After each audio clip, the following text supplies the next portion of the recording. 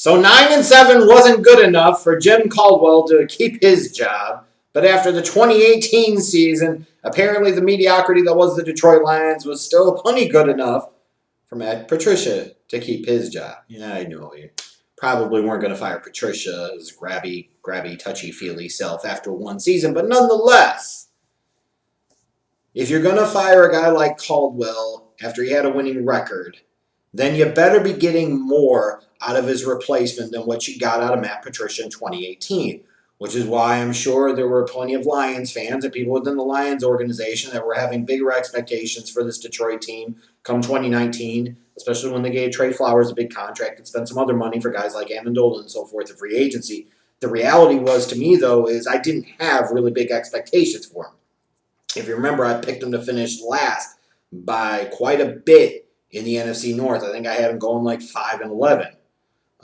I just didn't really see where this team had gotten that much better. I didn't really see where this team was going to be able to compete with Green Bay and Minnesota and Chicago in that division, and it ended up playing out that way. Ironically enough, though, the season didn't start out that way. They started off the season at 2-0-1. So you're looking at this Lions team the first 3 weeks, your opening week tie to the freaking Cardinals of all teams, but you're 2-0-1.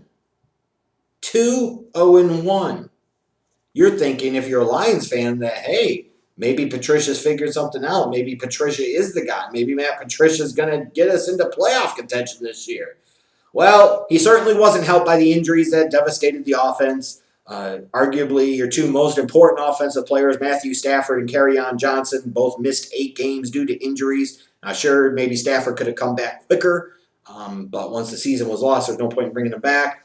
But for a team that really has to rely on the running game to be able to provide some balance for Matthew Stafford in that passing offense, losing Kerryon Johnson, then losing Matt Stafford certainly isn't going to help. Then you got Marvin Jones missing 3 games. T.J. Hockenson missed the last month of the year. They put him on IR to protect him, and all the while this defense was absolutely the drizzling duties. 31st in yards allowed. You had 7 games, crazy enough, where they lost by 7 or fewer points. But they did lose their last 9 games of the season. Sure, you could talk about, well, that's because they were starting Jeff Driscoll and then David Blau and da-da-da-da-da, and they had all these other injuries. But the fact of the matter remains, this was a team that started 2-0-1, but their defense was absolutely atrocious, which is crazy when you think about it.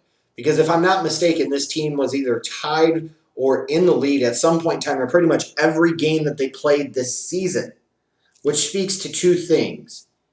Is that they were prepared very well at the beginning of the game, but then as the game went along and adjustments needed to be made, the coaching staff failed to do so, and or it's just a reflection of team playing above itself for a little bit and then coming crash back down to reality, which I think it's a little bit of both. I think it's a little bit of the both, and more of fitting in the mindset and the mantra that a lot of Lions fans have, that the Lions are going to figure out a way to be the Lions at some point in time. It's inevitable, and it certainly feels that way. But what's astounding to me is when you look at this team, Bob Quinn's been there a few years, Matt Patricia's had 2 seasons, and they're trending in the wrong direction. After 2018, they had the 8th overall pick in the draft. Now, after 2019, they have the 3rd overall pick in the draft. You're so insistent on firing Jim Caldwell that Matt Patricia's been an unmitigated disaster for 2 seasons, and yet he's still got a job. Bob Quinn's the one that couldn't wait to move on from Jim Caldwell to bring in one of his Patriot buddies and Matt Patricia, and yet he still has a job. Explain to me how this works. Like, seriously, how does this work? Well, I can tell you this much. Mama Ford can't be happy. And if things don't turn around very quickly, which they always possibly could, because no 2 seasons are ever exactly alike in the NFL, if they don't change around very quickly, you're not going to have to worry about Matt Patricia and Quinn running your organization into the ground anymore, Lions fans. You can find somebody new to be able to do that. But when you do look ahead at this team, and you look at the 2019 draft, I still think T.J. Hawkinson's an absolute stud, and I know his numbers weren't spectacular this year, but that's kind of one of those ones you kind of chalk it up to the situation a little bit. Like, you look at Hawkinson, you're talking about a guy that should be one of the preeminent tight ends in the league over the next decade. I truly believe that. Jelani Tavai, the linebacker that they took in the 2nd round, played plenty as a rookie. Made some mistakes, made some good plays. Will Harris, a safety in the 3rd round, you could say the same thing about him. Didn't really get much out of Austin Bryant, the Clemson defensive end they took in the 4th round this year. Maybe they'll get more out of him in 2020. Ty Johnson, the running back that they got in the 6th round, he had to play by default because they just needed bodies at that point in time.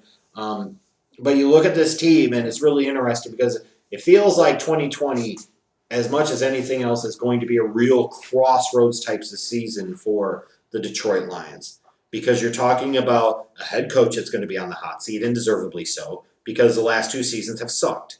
You're talking about a GM that his past few seasons, he's the one that made the decision to move off of Jim Caldwell, and he did it with Matt Patricia, and that has not worked out so far. So if the season doesn't go better next year, your head coach is going to be gone. Your general manager most certainly will be gone. And then you're talking about, is it potentially going to be Matthew Stafford's last season as the unquestioned starter in Detroit, or even the starter in Detroit? Talk about a guy, again, on the wrong side of 30. Yeah, he's been the franchise guy for a decade, and he's brought you some success, but he's never been that level of dude, if that makes sense.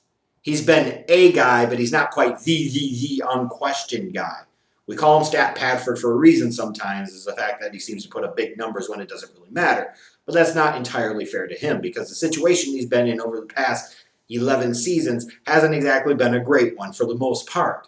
And sometimes he's done his best to make the most out of that bad situation. But when you start talking about Matthew Stafford, and after 2020, the contract becomes a lot easier to get out of. Well, instead of taking a $31 million cap hit, you sit on $13 million in dead cap.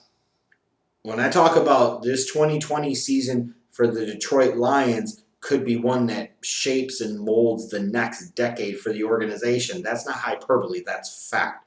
Because you could be looking at a team, if it doesn't go well in 2020, heading into 2021, looking at having to hire a new general manager, a new head coach, and having to draft a new quarterback to build that next decade around. So what do the Lions do this next offseason that's coming up now in order to right the ship a little bit? Well, they got about $47 million in cap space.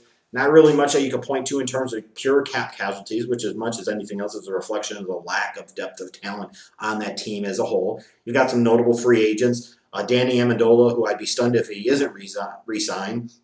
Matt Patricia is very familiar with him from his time in New England, not to mention the fact that Amendola had a very productive year for them this year, and it won't break the bank to keep him. I'd be stunned if he isn't back, if he wants to be there. Mike Daniels they had brought in on a 1-year deal, and he really didn't do much, so I wouldn't be surprised if he's not brought back. Sam Martin had a bounce back 2019 and frankly 2018 as well, so I would anticipate he'll be back. But you got other guys like Tavon Wilson, Rashaan Melvin, Miles Killebrew, Jeff Driscoll. None of those guys, if you re-sign them, are going to move the needle for you. And if you let them go, none of them are going to be felt that much. And that, again, that's kind of a reflection of the lack of depth of talent on this organization on both sides of the ball, which points to the fact that they do need to go out there in free agency and spend what cap space they have to try and get better in a hurry, which sometimes can lead to really bad decisions and really bad moves. But if you're the Lions and you've stuck with Bob Quinn and you've stuck with Matt Patricia another year, you have no choice but to do that. But what's even more going to be more important is they must connect big on the NFL draft. They've got their first-round pick, which is going to be the 3rd overall pick. They've got picks in round 2, 3, 4. They've got a couple 5th-round picks, a 6th-round pick, a couple 7th-round picks. They have some draft pick capital to play with. Specifically, if you talk about having the couple of 5ths, that could come in handy if you want to move up into the tail end of round 1 to get a second what you feel is marquee difference maker. You can part ways with that 4th-round pick and not feel that bad about it to move up from the early part of round 2 to the late part of round 1 and try to keep that damage in terms of draft capital isolated within that one draft window. But the bottom line is this team has got to hit, and they've got to hit big in the draft. And that's got to start on the defensive side of the ball. That defense is bad. They are bad. They are bad. They are bad. And they've got to get better. They've got to get better. And they've got to get better in a hurry. And to me, it all starts up front. I think you've got A'Shawn Robinson, I believe. Isn't he a free agent? You look at him and you say, okay, even if you did retain him, how much has he really been? He's been more tease and disappointment than anything else. You've signed Trey Flowers, I almost said Eric Flowers, my apologies. Trey Flowers, What do you have, 7.5 sacks this year? He's a good player that can make some big plays in some big moments, but he's not a truly dominant type of player. And you look at this team and you say to yourself, okay, they got to get better up front. You got Snacks Harrison there or whatever, but you got to get better up front. You need guys that can get after the quarterback outside. You need guys that can stuff the run and get after the quarterback on the inside. Defensive tackle, defensive end, both significantly large needs for this organization. Then I would say corner. Not to mention the fact you're probably going to be having a bit of an ugly situation in terms of contract negotiations with Darius Slay in the offseason. If he's going to hold out and if that becomes a mess and if that degrades quickly, what's going to happen there? The bottom line is you need somebody better opposite him. I think they could definitely use a difference maker at safety. You look at offensively, I think with Kerryon Johnson, when he is in the game, you can clearly see the difference he makes. The problem is the damn dude can't stay healthy. So somewhere at some point in time in the middle of the draft, the Lions have got to invest a pick in a running back that can both spell Kerryon Johnson and in periods of time potentially replace Kerryon Johnson when the inevitable Kerryon injury happens. And then you look at quarterback. Do you bring back Jeff Driscoll? Do you roll with Driscoll and Blau being the backups behind Stafford for another year? Do you want to take a chance now to look at the quarterback position, or do you potentially punt on that another year? That's something that's more of like a luxury. It's not really going to be of any help in 2020. But the other positions, defensive line, secondary, running back, are all going to be significant needs for this team that must be addressed through a combination of free agency and the draft. When it comes to the draft right now, depending on how the offseason process works out and how everything goes, if the Washington Redskins end up passing on Chase Young, then obviously the Detroit Lions, you would think, would be jumping all over that action. If it doesn't happen and the Redskins do take a Chase Young, let's say, then you're looking at the Detroit Lions at number 3, and you're wondering if Derek Brown, the impact defensive tackle from Auburn, might be the guy to fit the bill that becomes that new building block for this Matt Patricia coach Lions defense. Either way, they've got to find multiple impact players on the defensive side of the ball. If they do, then the Lions could have a bounce-back season in 2020. If they don't, it's going to get really ugly really quickly, and Lions fans are going to be wondering what the hell's next for their organization.